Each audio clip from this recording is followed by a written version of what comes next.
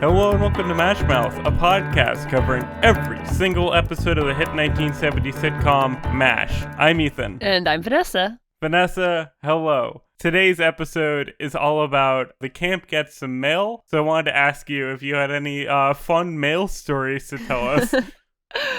Fun mail stories. Okay, so I was thinking about this, and, I think we're in a generation where, letter writing wasn't really a thing anymore. I had a pen pal in, the second grade, but that was all done through the school. It was, a school-to-school thing. It wasn't through the mail. So that was cute, but also, I remember being a kid, and in my town, we did, the Santa mailbox, and even though I'm Jewish, I still celebrated Christmas for, the good kids, So we did the Santa mailbox where you would mail your list to Santa. And because the part of our town where I live is so small and so local, the women who worked in the post office would handwrite cards back to the kids of I know that you were so good this year, and or from the elves, and Santa would be they would write oh, Santa's gonna bring you whatever, and it was just the cutest thing. It made the magic of Christmas so real when you were a kid. It was so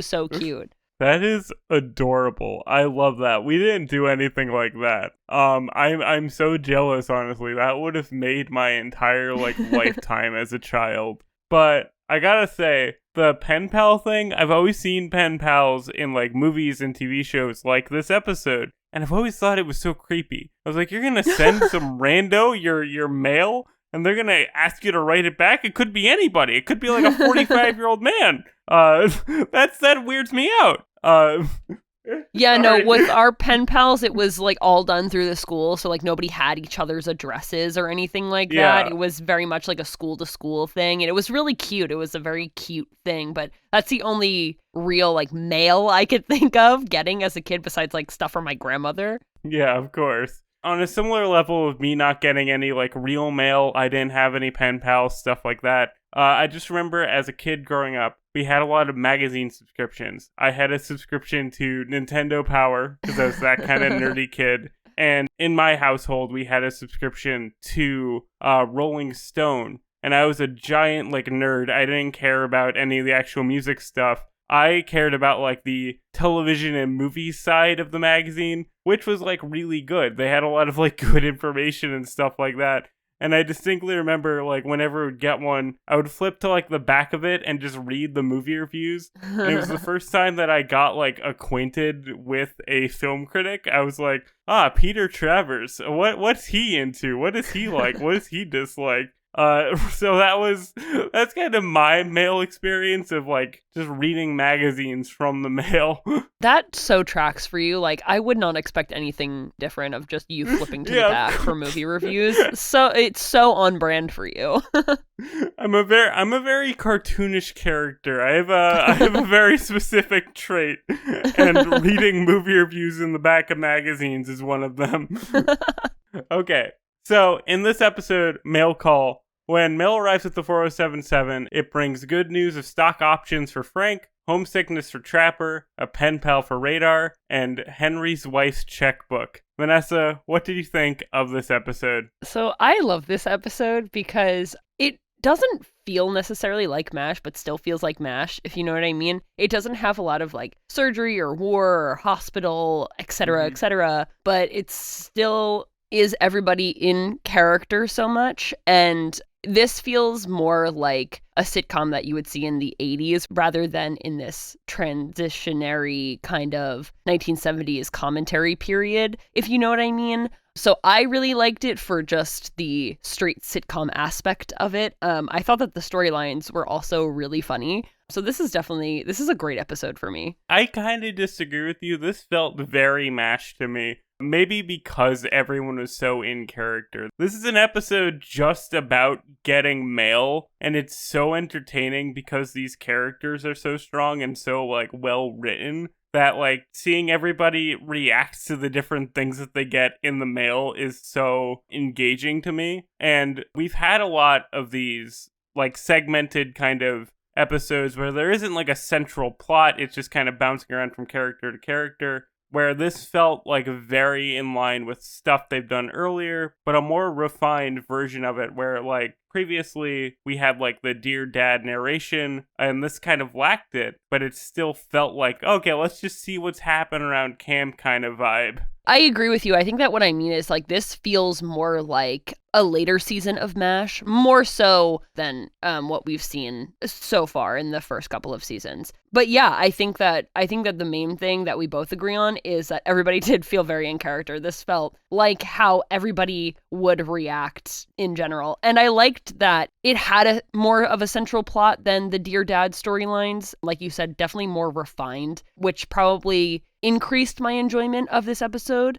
So yeah. Let's get into it. So obviously the episode starts with the actual mail call where radars say like, hey, we have mail, and everyone tears him apart like he's left basically naked.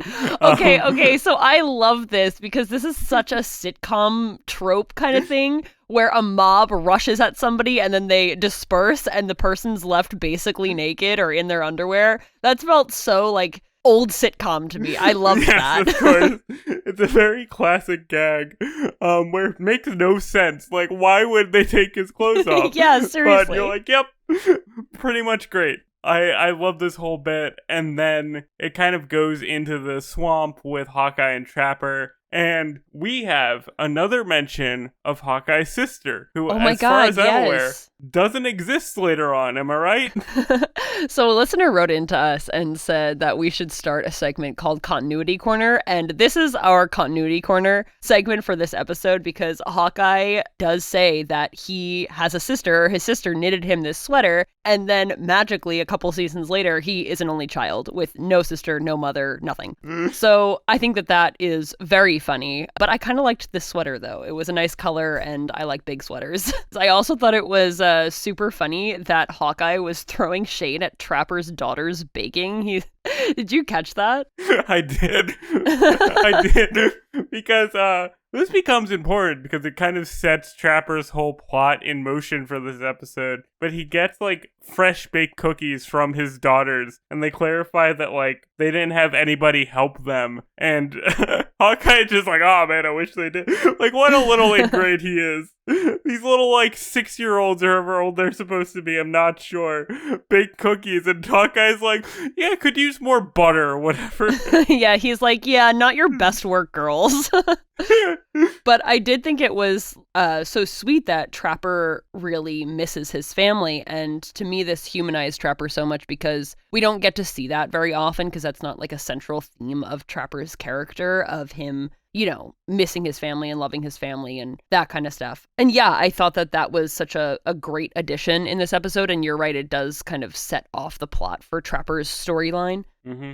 I don't know if you want to talk about it in full right now, but I really liked where all this went for Trapper, how this like built throughout this episode, and how you like really kind of felt for him of like, yeah, he wants to get home. He has young children and he hasn't seen them in like over a year and a half at the very least. I don't know. This kind of humanized Trapper in a way that a lot of the episodes don't tend to. He's more of like Hawkeye's right-hand man, but he's kind of his own man in this one. And I really enjoyed that. Yeah, I liked that it really kind of set him apart from Hawkeye in this way of like, yeah, Hawkeye, of course, misses his family too and wants to go home. But, you know, Trapper's got kids and he's missing his kids growing up. And I think that I know that we've talked in previous episodes about how Hawkeye and Trapper are kind of the same character, and that there's not like too much of a distinction in their personalities. But I think that this is a nice reminder that they are two separate characters. And I agree with you. I liked where this all went of Trapper just getting really drunk and just missing his family in this really real way. Because there's such a big difference for Hawkeye, who just like misses his dad, stuff like that, and Trapper, who misses his children. Those are two very different kinds of I miss my family. I think it was really well done and kind of gave this episode like a proper emotional core. as it went on and kind of got more goofy with the various things happening. Yeah, and I think that it's fine if we skip around a little bit, but at the end of the episode, Trapper is prepared to kind of go AWOL, and he wants to go home. He got really drunk, as we said, and he is like, yeah, this is what I'm gonna do. I'm missing my kids growing up. I'm done with this war. Like, that's it. And Hawkeye basically has to like stand in the way of Trapper just leaving to go home. And it was actually really interesting because I know that we haven't gotten to later seasons yet and you haven't seen a lot of the later seasons, but this almost exact thing happens with BJ's character later on. He's upset about the exact same things, and basically the exact same scene plays out with BJ and Hawkeye in a little bit more of a dramatic way, but it was pretty interesting to see those parallels between those characters because they're so different, but they have that common theme of like loving their family, you know what I mean, despite everything. Yeah, I am completely unfamiliar with BJ. I haven't seen a single episode with him, but I thought it was really interesting because I know how Trapper leaves the show is that he just leaves and he never says goodbye to Hawkeye. And this kind of gives context for that in a little bit of like in an unintentional way of like, he just wants to get out. If he has an opportunity to leave, he will leave. He's not sentimental about the war or anything. He was prepared to bounce. I mean, he was drunk, so maybe when he like sobered up, he would have come to his senses a little bit. But this did put in motivation for why he wouldn't stick around and say goodbye to Hawkeye when he does eventually leave. He's just like, well, I got things to do at home. Yeah, that's really interesting that you bring that up. I didn't even really connect those lines. But yeah, you're definitely right there. I did think it was interesting when Trapper was prepared to leave and Hawkeye was like, dude, you can't go. And Trapper basically says, like, the war's not going anywhere. We're just going to get into another war right after this one. And it was so, like, I don't know, meta almost, where we got into Vietnam right after Korea. He wasn't even wrong. And it was just so, like, so sad in that way of, like, oh, yeah, you're right. Like, these same people might have also been in Vietnam. So, great. Yeah, that's true. Also, this is totally at the end, but I thought it was really funny how Hawkeye just says, like, oh, I don't want to use violence. And Trapper's like, but I will. And just hits him with a sleeping bag and, like, knocks him on the floor. I looked down for a second. I looked at my phone to, like, write a note. And I fully thought Trapper, like, decked him in the face. I had to rewind. Be like, oh, he just tapped him with a sleeping bag. But I fully thought he laid him out. Which is so funny because, like, you can tell that Wayne Rogers did not actually hit Alan Alda that hard with the sleeping bag, and Alan Alda, like, just really put it on. He like fell like way off to the side of the swamp. It was very comical because you could tell that tap did not do that. I love stuff. That is one of my favorite things in slapstick comedy. When a hit is not a hit, but the guy like dives 50 feet away from it. Okay, let's get more back on linear track. Yes. So after this initial scene with Trapper, Frank comes in and he's very happy about his stock options, that he's like doing pretty well in whatever he invested in. And he's got a big head about it, and Hawkeye is just like, oh, well, let's take him down a peg. So he sets this whole plan into motion to kind of ruin Frank financially, and I thought that was kind of insane. Yeah, this was so funny because also continuity corner, Frank and his stocks, we have seen that Frank is a stock man before. He said that he made $2,000 on his stocks, like his stocks are doing really well, and that equates to $22,831 today. So he's doing well. Yeah, absolutely. So I thought that it was also really funny that Frank was kind of like riffing Hawkeye and Trapper, like making fun of them almost. He's like, oh, well, you see, I'm smart and I'm investing and I don't plan on being a surgeon forever. And I was so confused at this. I was like, why? Because I don't know if surgeons just didn't make a lot of money back in the 1950s, but I feel like today, like that's the number one way that you get rich is by becoming a surgeon. Yeah, no, I feel you. but I took it more as like, not that he doesn't make a lot of money, because he does clarify in a way early episode that he does have like a house with like 2 garages or whatever. Like he's doing fine. But Frank is also just kind of a guy who is a little bit lazy, as much as he doesn't want to admit it. So I can imagine that his bright future is just a future where he doesn't have to work. If he can like just make money off of stock options, he's like, well, I don't have to actually be like a good professional anymore. I could just like sit on the beach or make my wife make me food, because he's that kind of guy. Yeah, that does make sense. That does make sense. Yeah, I see what you mean. Like, he does not want to be working for his money. God forbid. I know. Becoming a surgeon and helping people? You can't imagine. I liked the scene also with Margaret. First of all, where Frank comes to her tent and tells her that he's doing well with his stocks. And right before the scene when he is knocking on her tent, she hurts herself with the tweezers, plucking her eyebrows. And I'm like, girl, we've all been there. That is too funny to me. We've like pinched our skin on our eyebrows. Ugh, the worst. This is another one directed by Mr. Alan Alda. I think touches like that are like him being a feminist king, you know what I'm saying? Probably. He probably took that like real life from his wife. I love that. I thought it was so pathetic though that they were like, I don't know. She was like, "Oh, Frank, you can like leave your wife because you're doing so well. Like you can afford a wife and an ex-wife." It's just like, girl, like stop groveling for this lipless wonder. It's so annoying. Yeah, I don't think this has ever come up before, that Margaret fully plans to be with Frank should he like actually divorce his. I know that she is like kind of all aboard the Frank train, but this is the first time that there's like an actual like ultimatum about it, like, Frank, you could be with me forever, stuff like that, where in previous ones, like, yeah, she would be upset about him mentioning his wife, but it always kind of felt more to me like a fling. I didn't see that like she thought there was like a future with Frank, but I guess in this one she's like, well, if he's rich, might as well, right? Yeah. It was so, I don't know, I hate their relationship so much. It was so annoying. It's just like, girl, you can do better, first of all. Like, he's not going to leave his wife for you. It's just stop. Move on, Margaret. I know. Ugh, I hate it. I know. I thought it was really funny, though, how she was, like, trying to show off, like, her legs and her, like, pantyhose, and he was just like, what, like, he didn't even acknowledge it. Yeah, and then I know that we talked about this before, like, just off mic, but this episode was so, like, foot-focused with these two. God. It was so strange. She was like, oh, I got these new shoes for you. And there's other shoes. There's another pair that's just like this one, but they're clear and you can see what each toe is doing. It's just like, what's happening here? Like, when did the foot thing become a thing for them?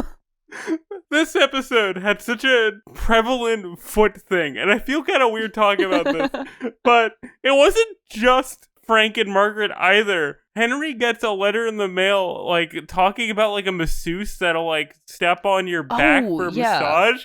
And, like, Radar's, like, into that. He's, like, wants to be stepped on. I was very, like, this is a very, like, foot-focused episode. Yeah, I forgot about that, where Henry was like, yeah, she takes off her sandals and steps on your back with her bare feet. And Radar's like, with her bare feet. It's just like, what's happening here? And no shame to anyone who loves feet. No shame. We're not king shaming here. But or being stepped on, let's just be honest. Yes, absolutely. Absolutely. You can be stepped on and still be valid.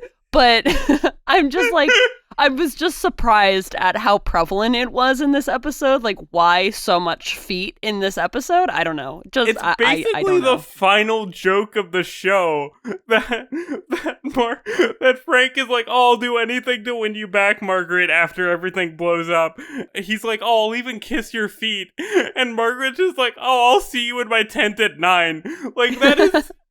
This episode was written by Larry Gelbart and Lawrence Marks, I believe. One or two of them have something going on in this episode. They're just feeling some kind of way. Yeah, and like I said, no shame, no shame. It's all cool, but just very funny and very very right there. Yeah. But speaking of everything blowing up, it's really funny because I feel like this is like kind of the main plot of the episode with Frank and his stocks, right? So Hawkeye and Trapper, they of course plan this prank on Frank. And they plant this letter that Hawkeye supposedly wrote to his dad about this new up-and-coming company called Pioneer Aviation and how he's buying so low and gonna sell so high because it's this like really great up-and-comer. And Frank immediately is like, oh, I have to get on this train. He wants to sell all of his stocks off and buy all the stocks for this Pioneer Aviation. And it was so funny, this one scene where he is trying to put this all in motion, and he has Radar send a telegram off to his like people who sell and buy his stocks for him. And his brokers. Yeah, brokers, that's it. He just can't get the times correct. Like, he cannot wrap his head around like time differences in Korea. I thought that was really funny. The whole time difference bit is so like Abed and Costello, like who's on first, that it was such like a classical thing. And I was just like, oh yeah, this is set in a time period and created in a time period long before you could just punch into Google time zone differences. Yeah. Because I'm always so confused about time zone differences. And having somebody try to explain that to me in an era before I could like search it on my own, I would be as lost as Frank. I fully like felt for him in this one of like trying to understand how reality works with the sunrise and sunset. I really love this whole bit. And I have to give a shout out in the previous scene before this when Frank is reading the letter from Hawkeye's dad, how he writes the letters on different sheets of paper, so Frank constantly had to like find the new ones. That kind of like physical gag is one of my favorite things. And then there's a shot of Hawkeye and Trapper like watching this happen and like laughing at him from another room inside the swamp, and I had no idea that there was more than one room. I thought it was one tent. No, it wasn't. It wasn't inside the swamp. It was like in the mess hall or something. It was like overlooking the swamp. They were across the compound. Yeah. The way it was edited, it looked like they had like a whole other like back room that's just never been seen before.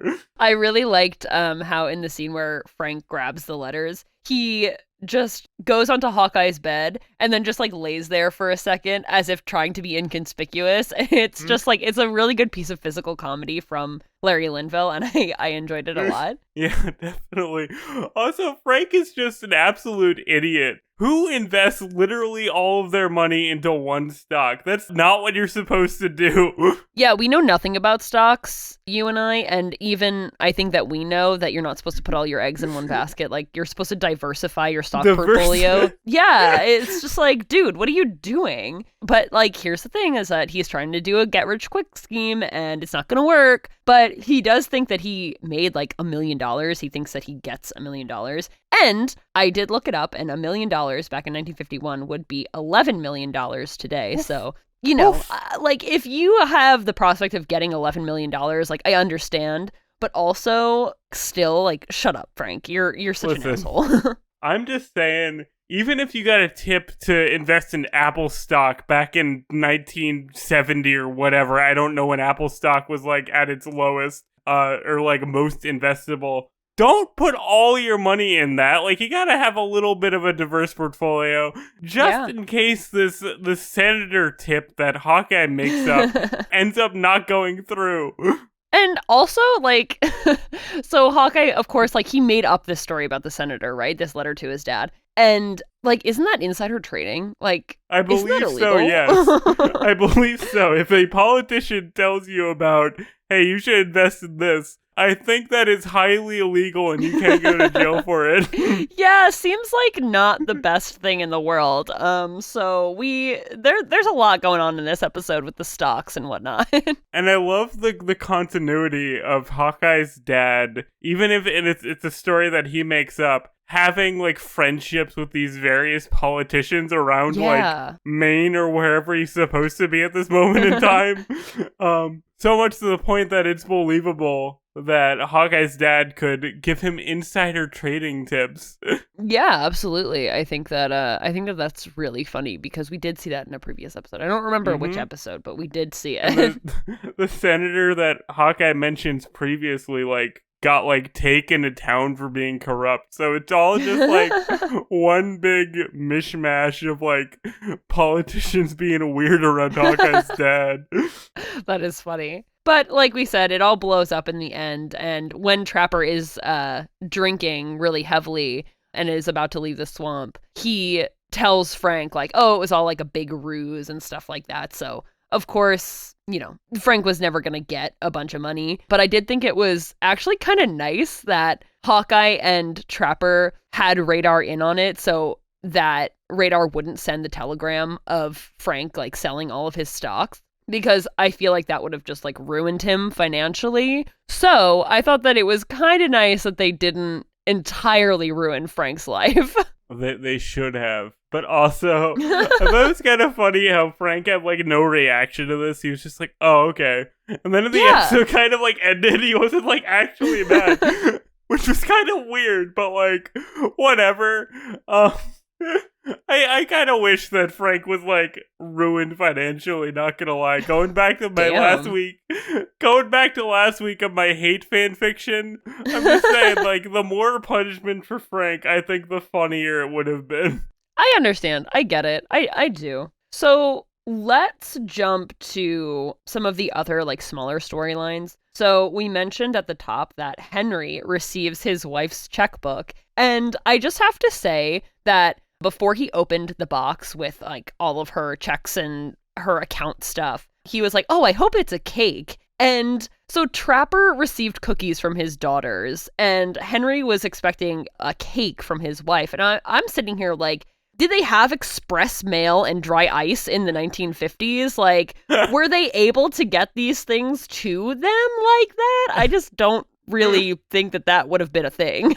I know. Because cakes and whatnot, you know, have eggs and whatnot, so they're perishable. Yeah. And you probably shouldn't put those in the mail to another country, let alone they'll probably be, like, wrecked during shipping, but whatever. The cake that Henry describes sounds amazing. I want that cake. It does. If we could find, like, a fan page with the supposed recipe for this cake, we should make it. Maybe for next week when we have our season finale. Yeah, that'll be our 50th episode, by the way, I think, which is kind of nuts. That's it's so either crazy. This episode or next episode. That's so fun. Yeah, that's kind of nuts. But anyway, I thought Henry's wife sending him a portfolio of all her check stuff was really, like, funny, and also something we've heard about before. That's what I was gonna say, continuity corner.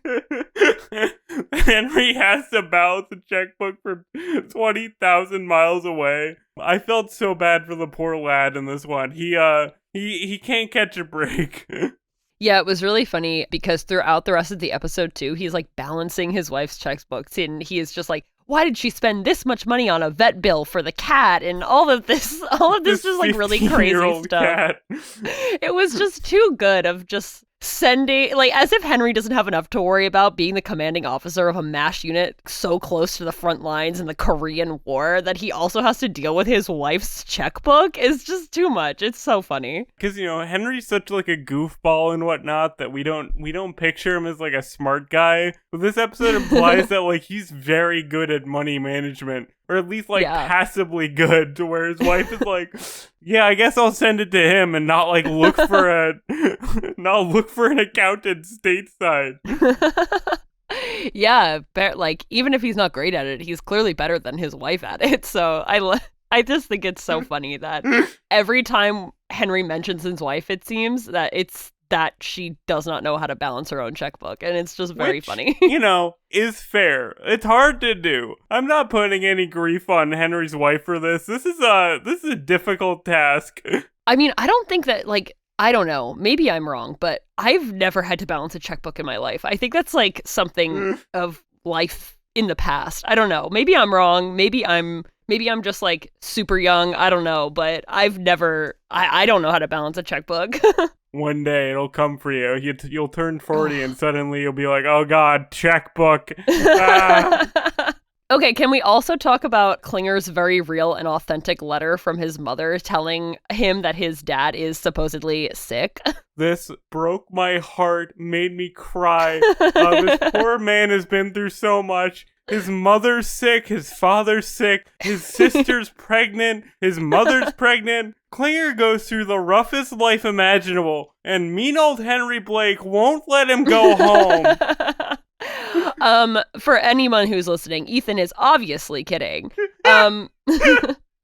So I love this scene so much. So of course, like, Klinger gets supposedly this letter from his mother telling him that his father is sick and dying and whatever. And he goes to Henry with it and says, like, listen, like, look at this terrible thing that's happening to my family. I need to leave the army. And then Henry's like, okay, and pulls out this big file of letters that Klinger supposedly received from other family members about, like Ethan said, his mother dying, his father dying, his whole family dying, his mother's pregnant, his sister's pregnant, his younger sister's pregnant, his older sister's dying, like, all of this funny stuff. And to me, this is, like, such an iconic MASH scene. Like, this is something that's seared into my brain of, like, how half your family's sick and half your family's pregnant. That is one of my all-time favorite MASH quotes. I love this scene so much. Between this and the time zone bit, this is a primo, just bit-related episode. This has just got a lot of good comedy bits in it. And I just love Klinger's, like, conviction that he'll try this literally every time there's mail. It doesn't matter. He's just gonna keep going and keep trying. And he even said, Henry even asked him, like, oh, do you feel, like, good doing this? And he's like, no. In fact, I'm unfit to serve in the army. Like, he's a one-track mind through and through. Yeah, he will just literally try anything. It's so great. It's so in character for Klinger. And then later on, too, I loved this scene where Klinger was trying again and he was like, listen, I'm a communist. I'm a red-blooded communist. The communist bit, incredible. I love how Klinger is ready to ruin his life to get out of the army. Because calling yourself a communist in 1950 whatever, oh my that's God. gonna, like, destroy you. Yeah, he was, like, truly ready to be destroyed just to get out of the army. I loved the bit where, I don't, like, it's hard to explain, but Klinger stumbles while he's delivering this, like, communist speech, and Henry supplies the word Bolshevik to him, and of course it's supposed to sound like bullshit, and Klinger goes, no, honest, like, I'm really a communist, and it was just such an amazing, like, line delivery. It was so good. We now have our explicit rating. Thank you, Vanessa. Well, I did say asshole before too, but you know. Oh, that's true. But yeah, no, this was incredible. I was like, I'm a Marxist, I'm a communist, I'm an anti-American, blah blah blah. And he, like, stumbles and says, Henry replies, Bolshevik, and he's like, no, seriously. It's great. That was my favorite line from this episode, but now I have to think of something else for later on. I'm so sorry. This was just such an iconic thing to me. It was just so funny that I was really kind of surprised at this line because it was a little bit like, I don't know the exact word for it. It was like a little raunchy almost to, like, suggest that Klinger thought he said bullshit. It was a little bit of an innuendo. Yeah. And I was surprised that they, like, kind of, you know, went there because cursing on TV is still, like, a very controversial thing, I feel. So, I don't know, like, I liked this. Can't wait for the future when apparently this show drops the first son of a bitch ever said on TV. Yes. Oh my God. That's, like, I think that's coming soon. Yes, did that happen already? No. We would have had a whole, like, 15-minute segment about... We talked about Radar's butt for, like, 10 minutes. We would talk about... You're right. We would swearing for much longer. We would have talked about that. I thought that happened already, though. Anyway, regardless of that, that was very funny. I really liked this scene. Mm-hmm. So going from that, let's talk about Radar's pen pal. because this is another like great, just little small bit within the episode, and that's kind of over because we've kind of already we've talked a lot about this episode. So, what do you think of Radar's pen pal bit? How he's trying to be Hawkeye, but also trying to be Radar at the same time. So I wrote down that Radar was the original catfish because this is so funny. Like you said in the beginning, like, you don't know who you were actually writing to. Like, anybody could have sent any picture. Like, that's honestly kind of creepy. But I do think that it was a really sweet bit where Radar, you can, and I know I've talked about this before, but you can tell that Radar is like so young in this scene. Like, you kind of forget it sometimes because he's around so many other people, but he is young and impressionable and, doesn't know what to do with himself. And I thought it was like a nice reminder, and it was also really sweet that he wanted to be honest with his pen pal eventually after sending her Hawkeye's picture and describing himself as like a captain and a surgeon and all this stuff, because he could have kept that farce up, but he knew that it was wrong, so he didn't do it. And I thought that it was just like a really cute, like sweet way to round out the episode. Yeah, I really enjoyed that for Radar. His ideal man that he wants to be is Hawkeye. It's not something they like dive into the psychological like nature of it, but Henry is such like his father figure that you would think like he wants to emulate Henry, even when like trying to pick up a girl or whatever. But he like recognizes that like Hawkeye is the ideal kind of dude for him to be. And I just thought that was really sweet, and that he like acts Hawkeye of like, oh, what are your feelings? Because my feelings need to come from someone who looks and acts like you act. And like you said, it really does speak to him being like a young kid and kind of being like lost in the world, that like he doesn't have opinions yet. Like, even if he's in the army and doing these very adult things, he doesn't know where he stands like politically about any of it. He's just been told to do it, which I think is like a really kind of strong message casually thrown in the middle of this like very kind of goofy comedy episode. Yeah, I think that it's really interesting that you bring that up, because I didn't even think about that, that he was trying to like emulate Hawkeye in that way. I just literally was like, oh, he needed like a catfish, and Hawkeye was the one that he chose.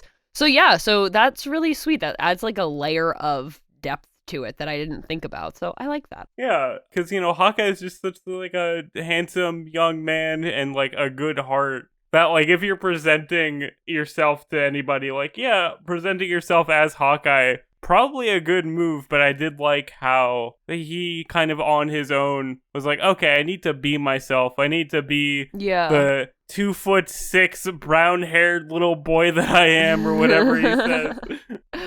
Yeah, it was a sweet part of the episode. And honestly, that's about it, too. Like, we talked about the end where Trapper tried to leave and Hawkeye stopped him, and then they blew up Frank's Pioneer Aviation scheme. And yeah, that was basically the end of the episode. So do you have any favorite lines from this episode besides the Bolshevik one, which I kind of stole from you? We talked a lot about various lines and funny bits in this episode. Honestly, I feel like it's pretty well covered. I gotta give a shout out to Alan Alda's directing, though, because he directed this episode, and there's a lot of like camera zooms, and I thought that was really interesting from like a cinematography way. Like when Frank sees the letter, it like slowly zooms in on, and I thought that was like really funny. Yeah, that was really good. I also liked the shot where Frank and Margaret are looking into her mirror. That was really interesting too. I really liked that. Great. My favorite line in this episode was when Klinger was sitting down with Henry to talk about this letter that his mother wrote him, supposedly. And Klinger is reading the letter to Henry, and he starts, "Dear son," and then Henry says, "You obviously haven't sent her a recent picture," because Klinger is decked out in a very beautiful outfit, by the way. And that was such a great line for me. Everything about that Henry Klinger exchange was like pretty great. How Henry was like literally giving him nothing the entire time, and we as the audience are like, oh, is Henry being like a jerk about this? But no, he's been through this rodeo before. Yeah, literally, like many, many times before.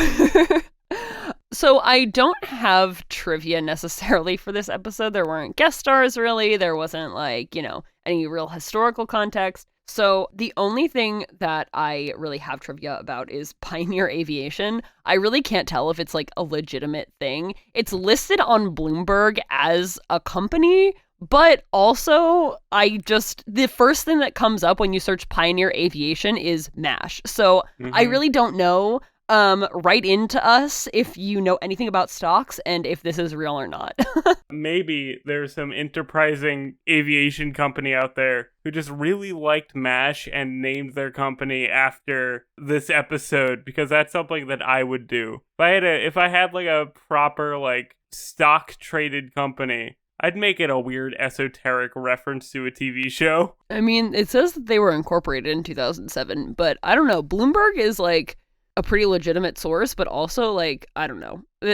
Maybe it's an LOL for all of us MASH fans. Write in if you're familiar. If you invest in aviation, let us know. Okay, Ethan. So, what is your martini rating for this episode? Honestly, 5 out of 5. I had a great good time. Yeah, really? Dude, this one's super fun. Like I said, this is just an episode about getting the mail. And it's so entertaining because, like, these characters are so strong and so, like, well written that, like, it fully carries it without ever kind of going into, like, major conflict. And I think that's pretty impressive. 5 out of 5, no complaints. I really enjoyed this one. I'm going to go a little bit lower and give this a 4 out of 5. I really did like this episode. There were some great moments in it, but definitely wasn't, like, a 5 out of 5 for me, but fair and valid that you gave this a 5 out of 5 for sure.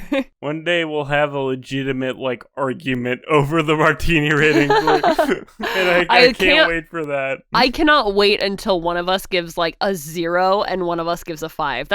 I feel like that has to happen. It's gonna be like season 9. Okay, so just to wrap up, we'd like to give thanks to Jacob for your Balco for being our technical consultant, Vanessa's sister, Melissa, for our awesome cover art, and, of course, our listeners. Our music, social media, and contact for the show are linked in the description, as always, and join us next week for Season 2, Episode 24, A Smattering of Intelligence. But until then, send us your checkbooks to balance, but actually don't. We're just as bad as Henry's wife. Goodbye, farewell, and amen. Bye, everyone.